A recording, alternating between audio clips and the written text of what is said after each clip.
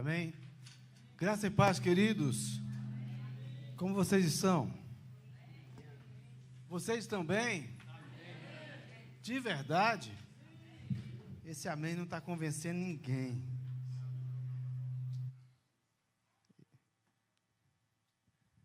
Glória a Deus. Nessa noite nós estamos aqui para adorar o Senhor e bendizer o nome dEle. Reconhecer que Ele tem sido aquele que nos sustenta todos os dias. Quando? Todos os dias da nossa vida Ele tem nos envolvido com suas mãos, com seus braços de amor. Ele tem nos prendido e nos levado para um lugar seguro, amém? Amém, querida? Você está comigo? Então presta bem atenção, não se distraia, procure ouvir aquilo que Deus tem para a sua vida. Nessa noite nós comemoramos o Dia dos Pais e eu gostaria de ter uma palavra nesse sentido para conosco e eu gostaria que você abrisse aí a sua Bíblia no livro de Isaías. Isaías 64.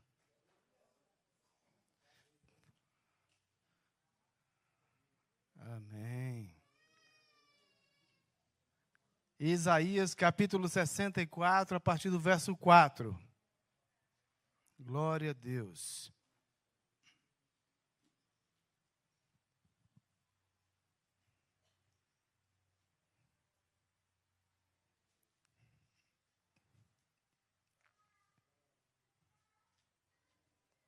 Amém. Deixe a sua Bíblia aberta e pode sentar.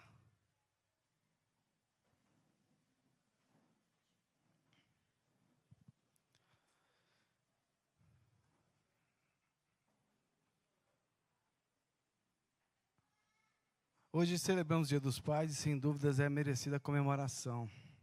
Por outro lado, é lamentável que muitas vezes procuremos referenciais errados como pais. E se a gente tem um referencial errado, o que acontece? Os resultados são equivocados e comprometedores. Visto que o pai, apesar de que numa sociedade um pouco confusa tem dado uma ênfase justa às mães, mas às vezes esquecendo da função do pai. E aí eu falo mais até os homens. Se perderam na sua função e responsabilidade dentro da família. E isso compromete a sociedade como um todo. Então, por que a gente às vezes fica tão perdido diante de tudo isso? Mas quando olhamos para Deus como nosso Pai, o referencial, ele não está mais equivocado, mas ele está correto. Mas consigo traz também uma outra situação um pouco diferente. Não é? Vou dar um exemplo aqui. Quantos aqui conseguem correr ainda?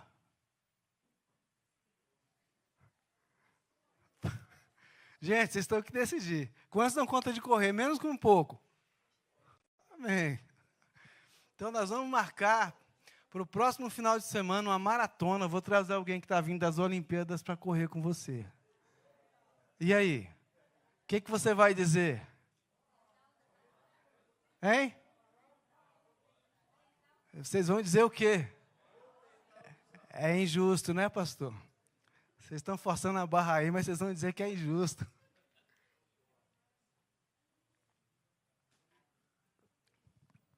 Eu me lembro que há uns 12 anos, 13 anos atrás, eu ainda estava correndo e tal, e tinha um senhor que trabalhava com a gente, seu Chiquinho. Ele tinha uns 60 e tantos anos. Só que ele corria maratona. E aí a gente ia para a academia, na Secretaria de Esportes, mas antes a gente ficava na pista de atletismo, dando umas voltas para aquecimento. Aí nesse dia o seu Chiquinho decidiu correr com a gente. O Josué estava comigo. Cadê o Josué? O Josué estava comigo nesse dia. E aí a gente correndo, dando aquele trotezinho para aquecer e tal. Aí o seu Chiquinho começou com a gente, naquela humildade. Depois falou, Wagner, eu vou soltar um pouquinho para poder esquentar. Aí eu falei, tá bom. Aí ele começou. Eu falei, vou deixar esse velho correr na minha frente, é o quê? Aí comecei, moço, eu aguentei uns 100 metros. Depois disso, ele começou a dar volta na gente, ó. Uma pista de atletismo. Estou com 54, eu com uns 42 anos.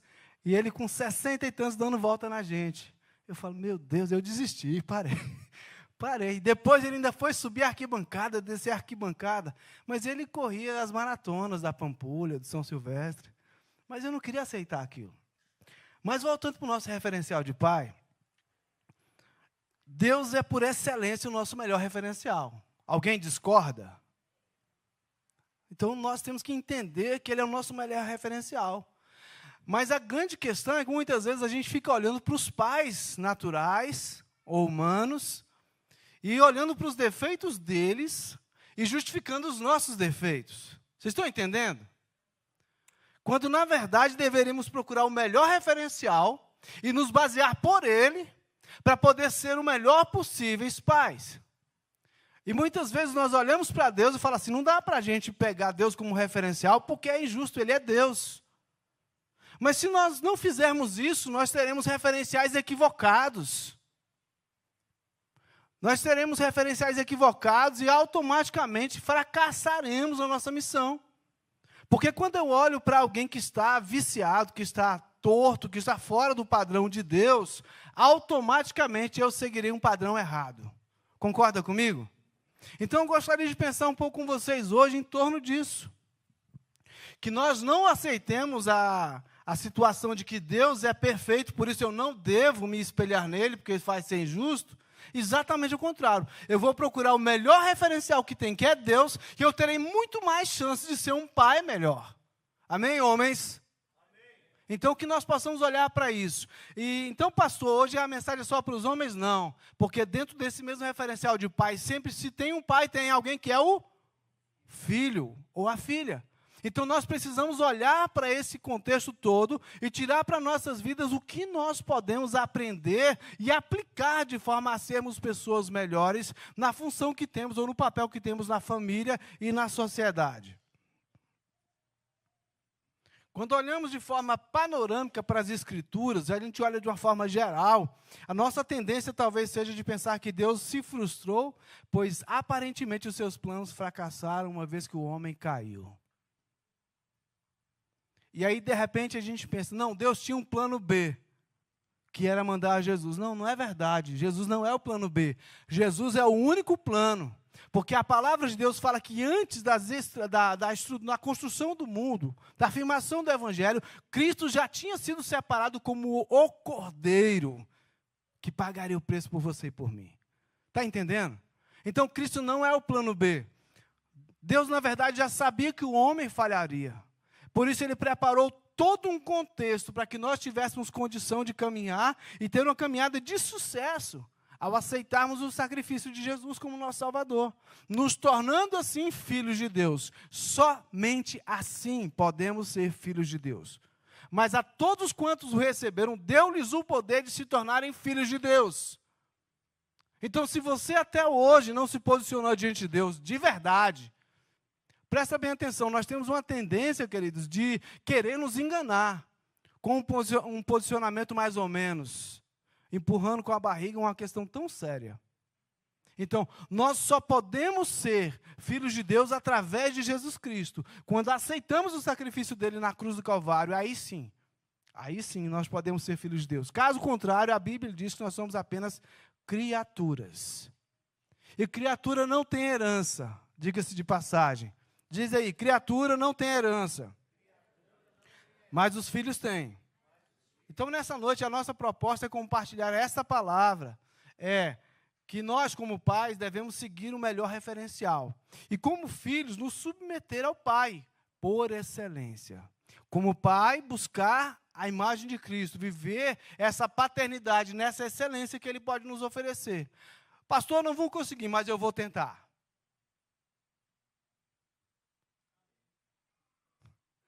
Pastor, eu não vou conseguir, mas eu vou tentar. Vou tentar, queridos. Eu vou buscar isso aí. Porque se você desistir antes de começar a busca, você já fracassou. E muitas pessoas têm se iludido exatamente com esse tipo de evangelho. Fica aí, ouve tudo e tal, até balança a cabeça igual a lagartixa, mas não se apropria da verdade. Mas não toma posse daquilo que a palavra de Deus está te oferecendo. Então, o desafio que eu tenho para você, Pique Gama, é se apropriar da palavra de Deus, é trazer para a sua vida, aplicar na sua vida e viver assim numa totalidade o que Deus tem para a sua vida, para você, para a sua família, para a sociedade que está perdida sem Cristo. Então, o nosso propósito hoje é compartilhar essa palavra nesse contexto. Então, agora nós vamos para o texto. Eu que te convido para ficar de pé, Isaías 64. Se você pode ficar de pé, fique.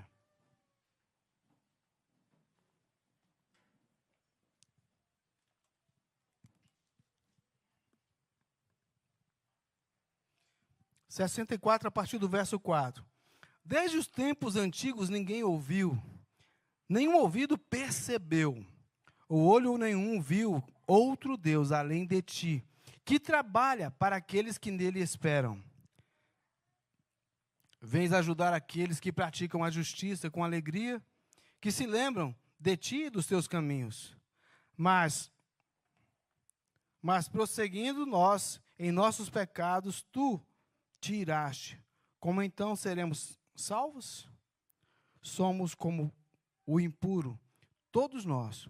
Todos os nossos atos de justiça são como trapo de imundícia. Murchamos como folhas e como o vento, as nossas iniquidades nos levam para longe de ti. Não há ninguém que clame pelo teu nome, que se anime em apegar-se a ti, pois escondeste de nós o teu rosto e nos deixaste perecer por causa das nossas iniquidades. Contudo, Senhor, tu és o nosso Pai. Nós somos o barro e tu o oleiro. Todos nós somos obra das tuas mãos. Não te ires demais, ó Senhor. Não te lembres constantemente das nossas maldades. Olha para nós, nós somos o teu povo. Senhor Deus, eis a tua palavra. Nós clamamos ao Senhor que o Senhor possa ministrar aos nossos corações algo que de verdade possa fazer diferença em nossas vidas. Algo que possa nos conduzir, meu Deus, para viver, para entender o teu plano e o teu propósito em nossas vidas. Algo que nos faça enxergar como possibilidade, buscar a excelência de Cristo como referencial de Pai. Senhor, em nome de Jesus, nos ajuda a buscar e a perseguir isso como objetivo, em nome de Jesus.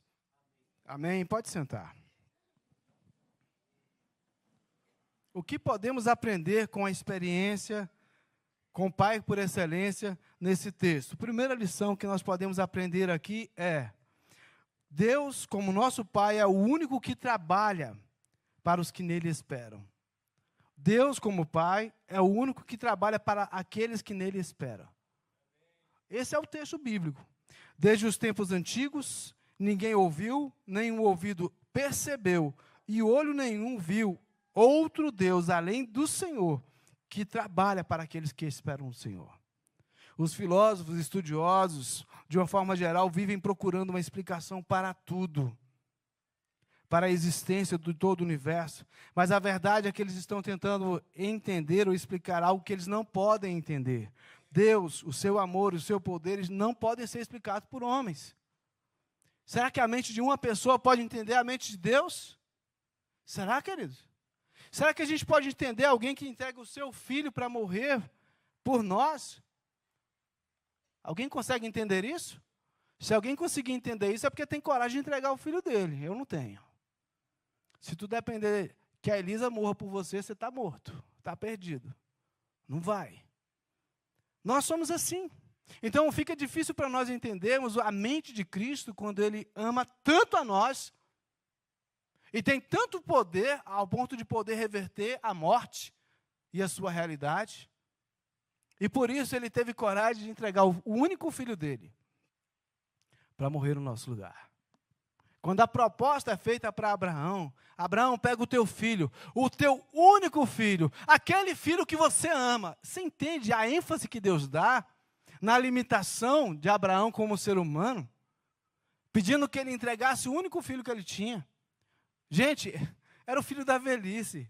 Possivelmente ali Abraão não teria outro filho do ponto de vista humano, mas Deus queria testar a fé de Abraão. Ele queria testar a fé de Abraão. Então, como pai, querido, ele exatamente queria isso. Ele quer isso para você e para mim. Então, a primeira lição que a gente pode entender aqui é que Deus é o único pai por excelência que Ele vai trabalhar por nós. E Ele vem trabalhando desde o início de tudo, desde antes. Como eu citei agora há pouco, Jesus foi escolhido, o Cordeiro de Deus, que pagaria pelos nossos pecados, antes da fundação do mundo.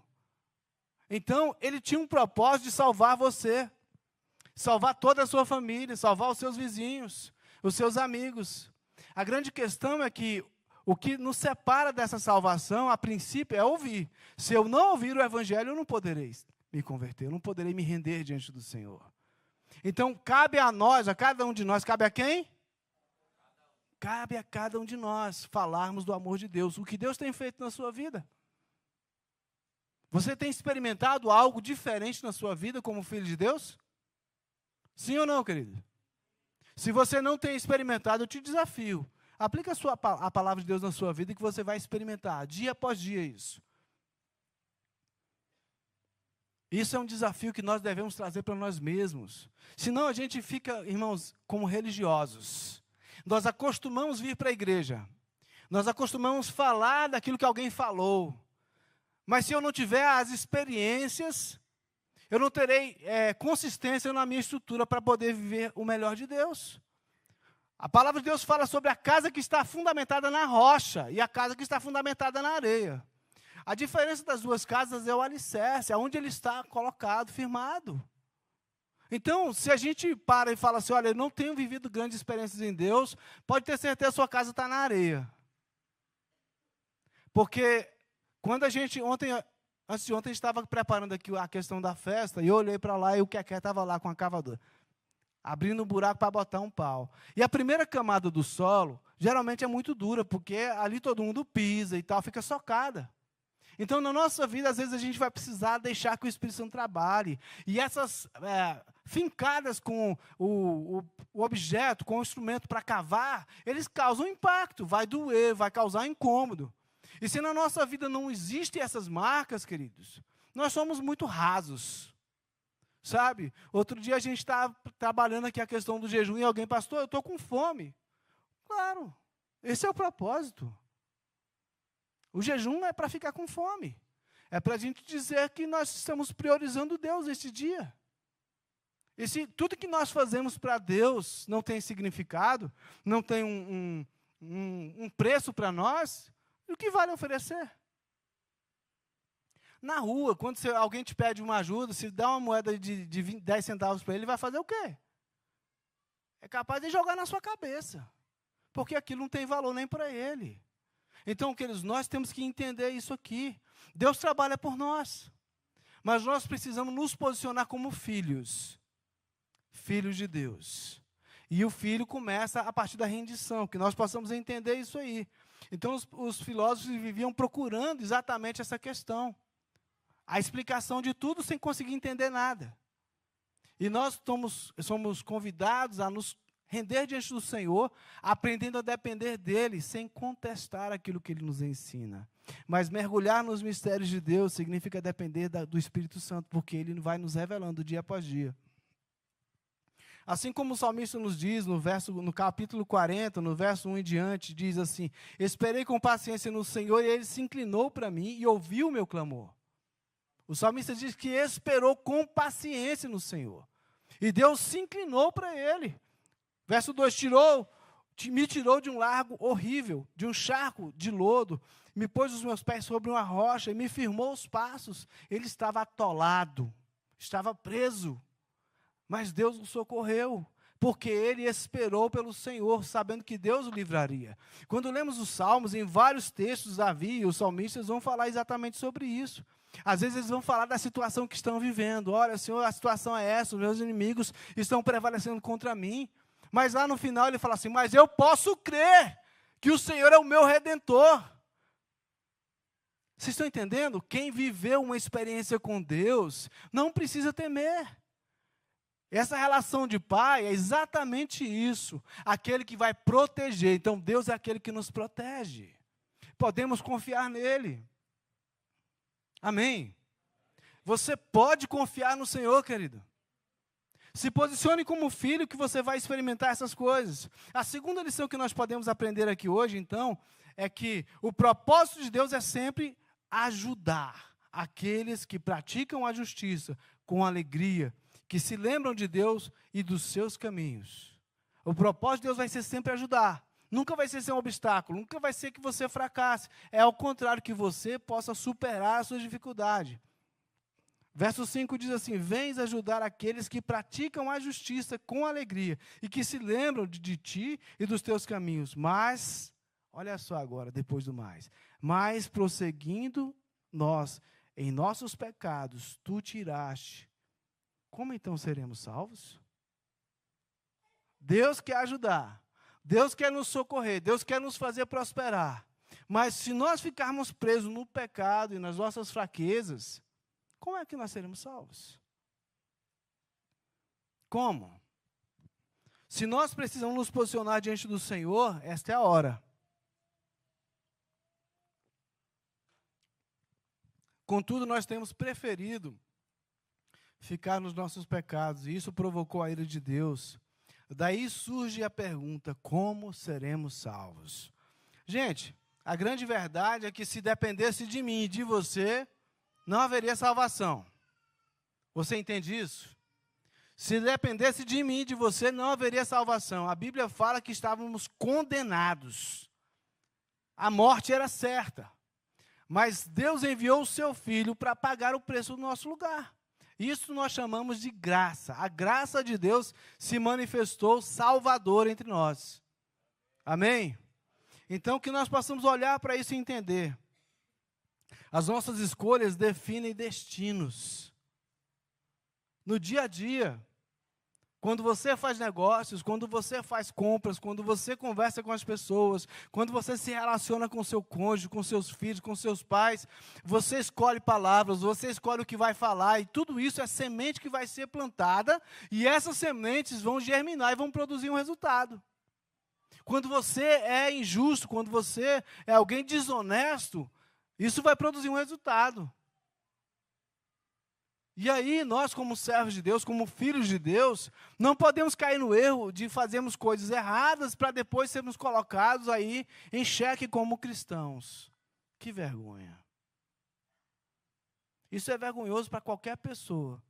Mas para quem diz que é filho de Deus, fica feia a coisa, hein?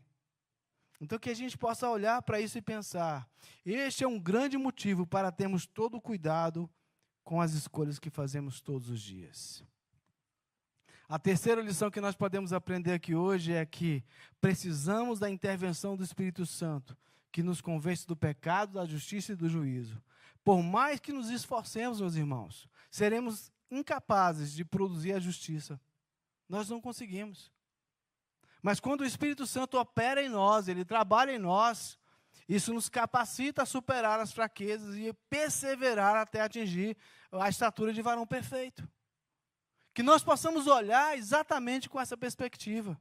Quando nós fizermos as nossas orações e falarmos: meu Deus, eu preciso melhorar, que o teu Espírito Santo continue falando comigo. Quando a gente olha para o Salmo 51, que a gente vê a posição, a oração de Davi ali, de aflição, diante do fracasso dele como homem de Deus, das suas limitações, que fala assim: não retires de mim o teu Espírito, renova a minha alegria da salvação. Ele fala, são as falas de alguém que estava desesperado porque estava se sentindo vazio. Então nós temos uma canção que fala assim: aquele que já pisou num santo lugar, em outro lugar não sabe viver. Quem já foi num bom restaurante e comeu uma comida muito boa? Levanta a mão aí, por favor. Ok. Se você tivesse condição, você comia em outro lugar? Sim ou não? Porque a comida era boa, te agradou, foi agradável, foi bom. Então nós queremos sempre o melhor, não é verdade? Mas vem cá, e o preço lá? Hein? E o preço lá? Deixa para lá, pastor, essa história. Não pode deixar para lá, não. Nós não podemos deixar para lá, porque a nossa relação com Deus, nos beneficiar daquilo que Deus tem para nos oferecer, vai exigir de nós atitudes, posturas coerentes, como filhos de Deus. Vocês estão entendendo? Não dá para a gente ficar se enganando. Ei, presta atenção nisso. Não dá para ficarmos enganando. E nós não estamos falando aqui de pagar pela salvação. Nós estamos falando aqui de agradar o coração do Pai. de produzir frutos dignos de arrependimento, de agirmos como filhos de Deus. Imagina que o seu filho ou a sua filha, em uma determinada situação, faz alguma coisa que você nunca ensinou para ele, que te envergonha. E de repente alguém fala, esse aqui é teu filho? A vontade era de dizer que não, mas era. E aí? Então, se nós somos filhos de Deus, queridos, nós temos que ter atitudes de um filho de Deus. Amém? Estão comigo? A atitude de filhos de Deus. Você que é filho, e todos nós somos, nós sabemos quando estamos agradando ao pai ou não. A gente conhece mais ou menos como o papai pensa, como a mamãe pensa. E nós sabemos se aquela atitude em particular vai agradar ou não. Então nós precisamos pensar assim também com relação a Deus. Isso se chama temor a Deus. Quando vamos tomar decisões, quando vamos fazer alguma coisa, é pensar, meu Deus, será que essa atitude vai agradar o Senhor? Será que essa atitude vai glorificar o teu nome? Os nossos pecados, queridos, causam separação entre nós e Deus. Contudo, o coração e a mente do homem, contudo, na mente e no coração do homem, a informação é completamente invertida, isto é, nós entendemos que Deus se afastou de nós e não nos quer ouvir, quando, na verdade, o pecado é que faz e os seus efeitos é que produzem essa separação, essa ilusão. O texto diz assim, não há ninguém que clame pelo meu nome, que se anime a pegar-se a ti, pois escondeste de nós o seu rosto e nos deixaste perecer por causa das nossas iniquidades. Olha só, o texto vem colocando como se Deus tivesse afastado-se de nós. Mas olha só, se a gente ler do final para o início, a gente vai entender como. Olha só, se lermos do final para o início, entenderemos, por causa das nossas iniquidades, Deus se escondeu de nós o seu rosto, e por isso perdemos o ânimo e toda forma de clamarmos por seu nome. Por causa das nossas iniquidades. As nossas ações é que causam essa separação, essa impressão. E é interessante, a gente faz as coisas erradas, depois aí diz que Deus é culpado, que Ele se afastou da gente, que não quer mais a gente. Isso é uma coisa nova, será? Hein? Se a gente olhar lá para o Éden, a gente vai ver essa mesma história lá. A mulher que o Senhor me deu. Não, foi a serpente. Mas ninguém quer assumir o erro, ninguém quer assumir as consequências e o ônus dos seus próprios erros. E o que nós vamos dizer diante do Senhor, queridos? Hein? Você e eu, como é que vai ser essa conversa? Senhor, eu tenho realmente falhado. Eu tenho sido irresponsável com a leitura da Bíblia. Eu tenho sido negligente com a oração. Eu não tenho amado os meus irmãos. É assim? Será que vai ser assim? Ou será que a gente vai terceirizar a responsabilidade dizendo, pastor, pai, meu Deus, esse culto não está com nada não. O louvor fraco, a palavra não está com nada, sabe? Ninguém me visitou. Ninguém orou por mim. Vocês estão entendendo, irmãos? Então, eu quero dizer para você hoje, como filho, você tem responsabilidade. Você tem responsabilidade sobre a sua própria vida, sobre as suas ações e as consequências das suas ações. Você é responsável por tudo isso. Então, nós precisamos entender. O texto estava dizendo, o entendimento do povo é que Deus tinha dado as costas para ele. Mas, na verdade, quando ele fala, as nossas iniquidades provocaram isso. E sempre foi assim. Na verdade, Deus sempre vai em busca de resgatar essa comunhão. Toda a Bíblia está falando isso. Sempre Deus dá o primeiro passo. Então, Cristo morreu na cruz e as portas estão abertas. Agora você só tem que passar. Você só tem que se decidir e passar por a porta. E caminhar como filho de Deus. A quarta lição que nós podemos aprender no texto é: precisamos nos lembrar de voltar à nossa imagem, à nossa origem em Deus. Verso 8: contudo, Senhor, Tu és o nosso Pai, nós somos o barro e Tu és o oleiro. Todos nós somos a obra das Tuas mãos. Não te ires demais, Senhor. Não te lembres constantemente das nossas maldades. Olha para nós como teu povo. Nós somos o barro e o Senhor é o oleiro. Então, nos colocamos como uma matéria-prima nas mãos do Senhor. Se Deus nos fez, se Deus nos formou, por que tantas vezes ficamos questionando Ele sobre as coisas que fazemos, que somos? Nós precisamos lutar e nos esforçar para ser melhores. Eu falo sempre aqui com relação às pessoas que dizem que eu nasci desse jeito mesmo e tal, eu vou morrer assim. Então, irmãos, e o Espírito Santo fica onde na sua vida? Onde é que o Espírito Santo tem lugar na sua vida para produzir as mudanças? Porque a Bíblia diz que ele é aquele que convence o homem do pecado, da justiça e do juízo. Se ele te convence do pecado, é para quê? É para você continuar no pecado? É? É para quê então? É para que eu mude.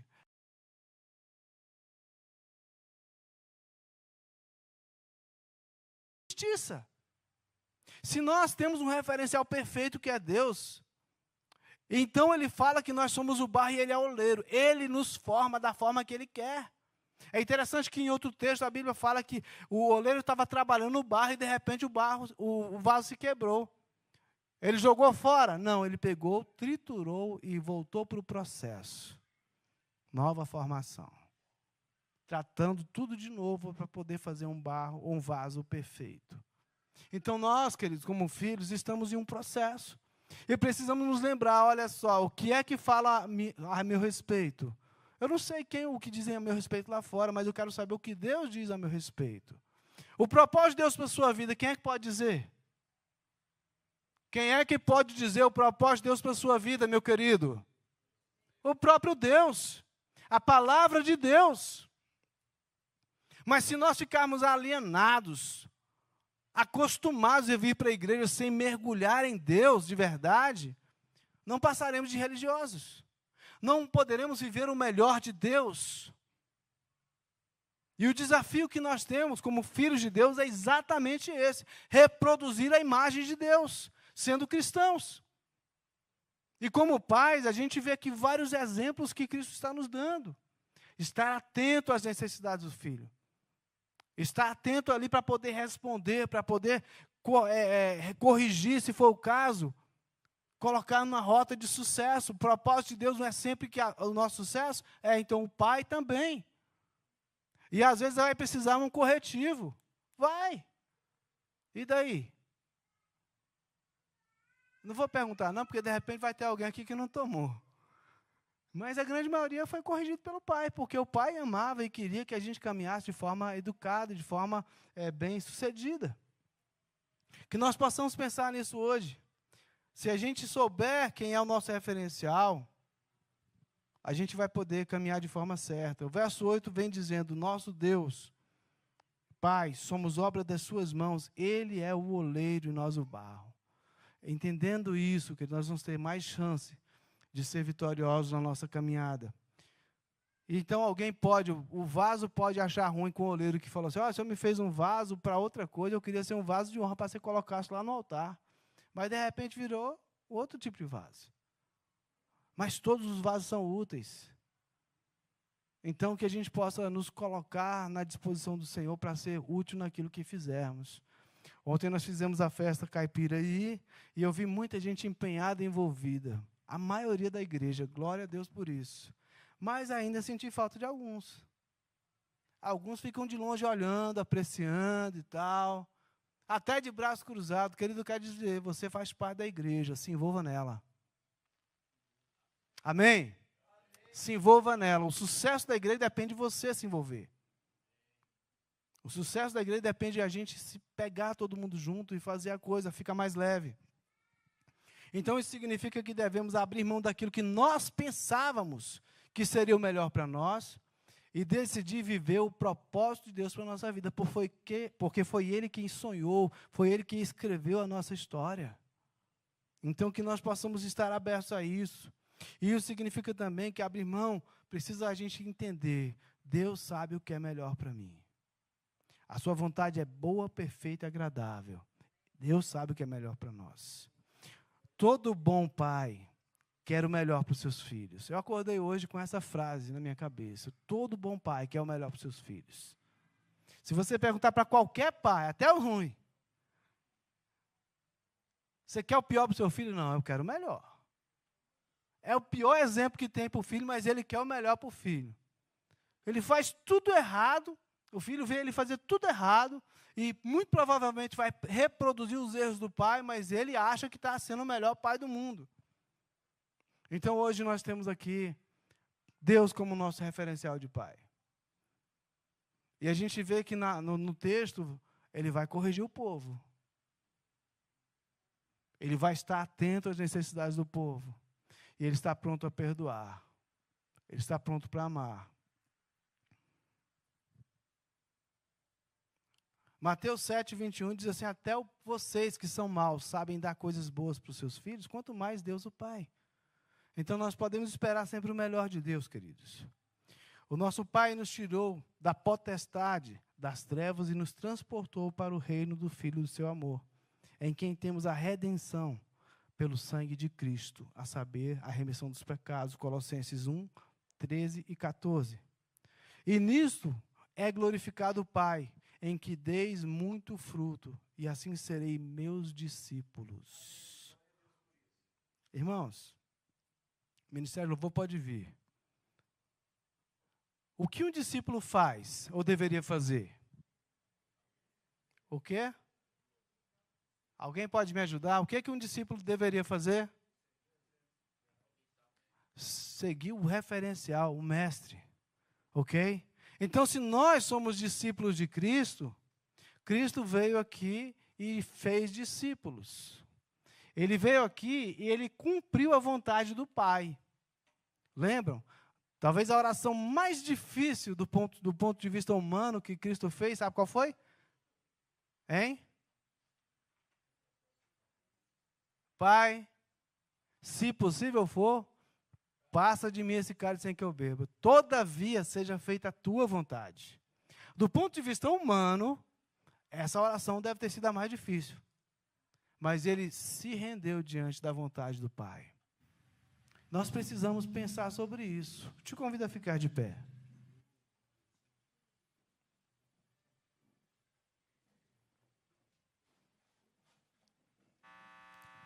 Como filhos, devemos ser constrangidos, ficar constrangidos por todas as ações do Pai em nosso favor, e muitas vezes a gente nada, não oferecemos nada em troca, nem de gratidão. Nós precisamos ser coerentes naquilo que dizemos. Por favor, não se distraia. Nós precisamos ser coerentes naquilo que dizemos. Se dizemos que somos filhos de Deus, que somos discípulos de Jesus, as nossas ações precisam ser coerentes com isso. Se nós queremos ser bem-sucedidos na nossa caminhada cristã, Jesus é o nosso melhor referencial. Ou então pode ser que Paulo, que diz assim: olha, sede meus imitadores como eu sou de Cristo. Nós precisamos ver isso na nossa vida. Mesmo sabendo que o Pai está pronto a nos perdoar, precisamos ter o cuidado de não viver na prática do pecado. Ouviu? Mesmo sabendo que Deus está pronto para nos perdoar, nós temos que ter o cuidado de não viver na prática do pecado. E eu te convido a fechar os seus olhos e pensar sobre isso. Como pais, devemos ser diligentes, seguindo o exemplo de Deus, que ama tanto seus filhos, que nos amou tanto, que se entregou, se doou. E como filhos, seguindo o exemplo de Jesus, foi obediente até a morte de cruz. Quando olhamos para a palavra de Deus, que traz esses referenciais perfeitos para nós, não precisamos mais ficar olhando para outro lado. Muito pelo contrário, nos submeter à vontade de Deus é reconhecer que somos falhos e que Deus, em sua infinita sabedoria está pronto a nos ajudar.